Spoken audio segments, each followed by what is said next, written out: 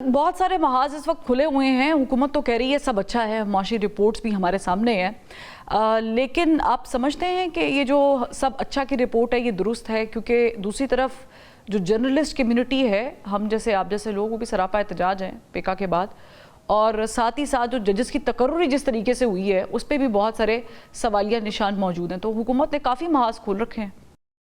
देखिए, हुकूमत तो यकीनन यही कह रही है कि जी सब अच्छा है।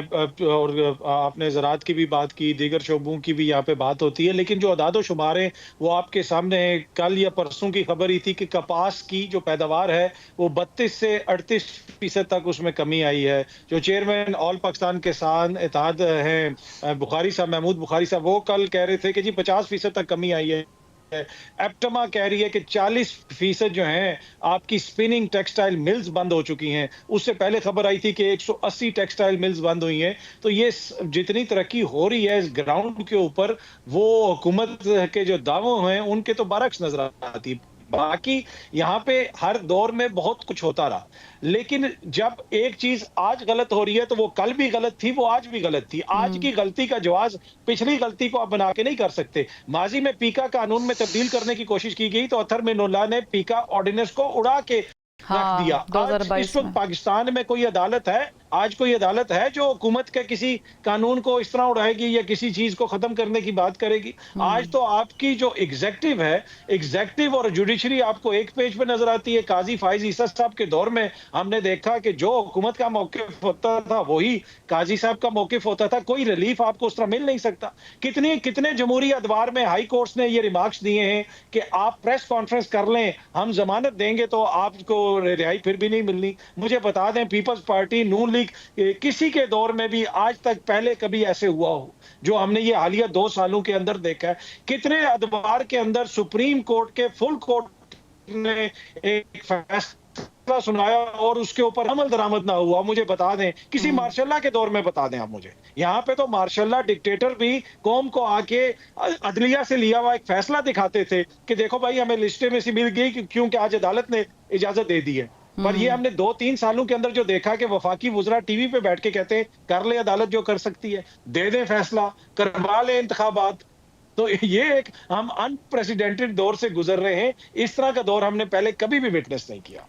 ठीक है, लेकिन ये दौर का खात्मा भी हो सकता है पानी साहब, क्योंकि जाहिर है कि पेका के ऊपर तो बहुत सारे जर्नलिस्ट उसके खिलाफ भी हैं और उसकी बुनियादी एक वजह है कि इसको करते हुए आपने किसी भी जर्नलिस्ट कम्युनिटी के साथ रब्ता नहीं किया, उनको ऑन बोर्ड नहीं लिया।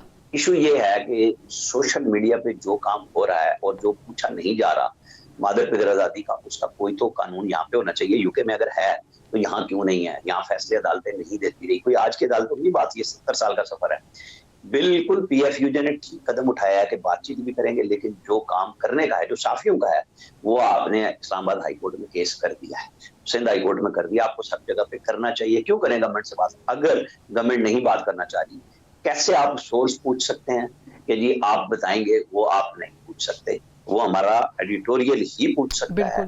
आप असेंबली के अंदर हज़फ की हुई जो लाइव कार्रवाई, कल भी परसों स्पीकर कह रहे थे कि ये हज़फ है, वो लाइव है, तो मैं और आप किस पर कसूरवार हैं? अगर गवर्नमेंट और अपोजिशन कुछ वीडियोज हमें भेजते हैं लड़ाई झगड़े की, एक दौर में वो अपोजिशन होती है, एक दौर में हुकूमत होती है, तो हम तो चलाएंगे। आप कहते हैं आप नहीं चला सकते। भाई ये आप काम नहीं कर सकते, ये हम करेंगे और इसी बात के लिए हम लड़ेंगे। लेकिन ओवरऑल हम खड़े हो जाएंगे जी पीका कानून हम नहीं मानते। मैं तो बिल्कुल इस बात की हूँ कि कदगने होनी चाहिए। मैं जर्नलिस्ट हूँ, मुझे अपनी खबर का सोर्स पक्का होना चाहिए। खबर अगर मुझे साबित करनी तो मुझे करनी चाहिए कि अगर मैं आज किसी जज का मादी के हवाले से दे रहा हूँ, तो मैंने आपको नाम लेके कहा कि जावेद हसन साहब सुप्रीम कोर्ट थे, मैं तब बोल रहा था जब अजमत सईद शेख साहब ने ये बात कही कि अडियाला जेल में जगह है। मैंने अगले दिन रोजनामा लेकिन आमिर साहब अखबार में मैं यही कह रहा हूँ कि जर्नलिस्ट में और सोशल मीडिया इन्फ्लुएंसर में बड़ा फर्क होता है। हमें उसके साथ नहीं मिलना चाहिए जो झूठ बोलता है और हम उसे साफी बना के उसके साथ खड़े हो जाते हैं। यहाँ पे आपको और मुझे नहीं पता कि किर्गिस्तान में बच्चियों की रेप की खबर झूठी दी गई और क्यों दी गई। आज तक हमने किसी ने एहतसाब किया? खुद मैं साफियों से पूछता हूँ, जब जाली नवाज शरीफ के बैलेट पेपर एक प्रिंटिंग प्रेस में छाप के साफी काम कर रहे थे, क्या किसी ने पूछा? साफियों ने एक्सपोज किया ना। देखिए पॉइंट ये सीधी बात, उनको कोई खुद शर्मिंदगी हुई? हमारे यहाँ इस किस्म के लोग आके घुस बैठ के साबित करेंगे तो मैं तो नहीं उसके डिफेंड करने के लिए तैयार। सही कह रहे हैं आप, मैं भी इस बात को सेकंड करती हूँ, लेकिन पॉइंट ये है कि उनको सहाफ़ियों ने एक्सपोज कर दिया। मुझे याद है पाकिस्तान तहरीक इंसाफ के जलसे की जो पिक्चर एडिट की गई थी वो भी ट्विटर पे फिर वायरल हो गई थी, उसको भी सहाफ़ियों ने कंडेम भी किया और हकीकी तस्वीर भी दिखा दी। इस तरह नून लीग की भी बहुत सारी चीज़ें। पॉइंट ये नहीं है, पॉइंट ये है कि क्या गवर्नमेंट को इतनी सादी बात समझ नहीं आ रही है कि जबान बंदी और रेगुलेट करने में फर्क है। और अगर आपने रेगुलेट और ऑपोजिशन को भी समझ नहीं आ रहा खाकवानी साहब, हम एक्सपेक्ट कर रहे थे ऑपोजिशन इस मामले में आज मदद ले रही है ना। एग्जैक्टली, और उनके दौर में भी बहुत कुछ हुआ है खाकवानी साहब जी। अब अच्छा देखें, हुकूमत को तो बिल्कुल ही समझ नहीं आ रहा है, कुछ चीजें हुकूमत पे ज्यादा जिम्मेदारी आयद होती है। अभी पीका के और सारे मामला में से अपोजिशन क्या करेगी, हुकूमत ही करना है। पता है क्या, मुझे एक बात समझ नहीं आती कि ये ट्विटर एक्ट पे जब इन्होंने बैन किया हुआ पाकिस्तान में, तो प्राइम मिनिस्टर और वज़रा और हुकूमती सारे लोग उस पर अपनी स्टेटमेंट क्यों जारी करते हैं? क्या उनको नहीं पता कि बैन है? क्या वो यानी वो क्यों इस्तेमाल, उनके पास पेड वीपीएन है, वो ऑन करके चला लेते हैं। मतलब अब उनको नहीं पता कि वीपीएन लीगल नहीं है या उस तरह, या वीपीएन को नहीं करना चाहिए, या मतलब अब ये कितना बड़ा तादाद है। अगर उनको इसकी अहमियत का एहसास है कि ट्विटर की अहमियत का, तो ट्विटर को ओपन करें। ऐसा देखें, मसला फेक न्यूज से ज्यादा मसला सच्ची खबर का है, सच का है।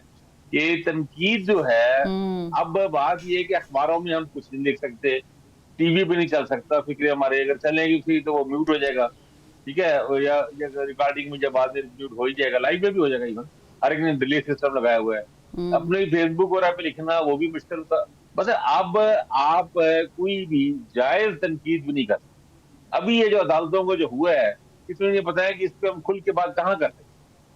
ये जो हुआ है, जिस तरह बुलडोज की गई चीजें, इस पे हम बात कर सकते हैं, मुश्किल कर दिया गया है। इसलिए बात ये नहीं है, बात ये है कि एक जाली हुकूमत, एक कमजोर हुकूमत, एक ऐसी हुकूमत, लेकिन ऑपोजिशन भी तो किरदार नहीं ना अदा कर रही। इंसिक्योर है, और वो चूंकि देखिए वो चूंकि इंसिक्योर हैं, वो डरे हुए हैं, इसलिए मामूली सी तनकीद से वो भड़क उठते हैं और डर जाते हैं। असल मसला ये है, मसला फेक न्यूज से ज्यादा सच्ची खबर का है, सच क्या है यहाँ पे। और इसमें को दबाओ, इसमें इंटरेस्टिंग चीज ये है, सच बाहर निकला है। इसमें इंटरेस्टिंग चीज ये है कि हम एक्सपेक्ट करते हैं कि ऑपोजिशन बोलेगी। पाकिस्तान तहरीक इंसाफ समेत जितनी ऑपोजिशन की जमातें हैं वो ऊपर से तो कह रही है नहीं, बड़ा गलत हुआ, बहुत गलत हुआ, नहीं होना चाहिए था, ये ऐसे है, ये वैसे है, लेकिन अंदर से सारे वैसे ही खुश हैं।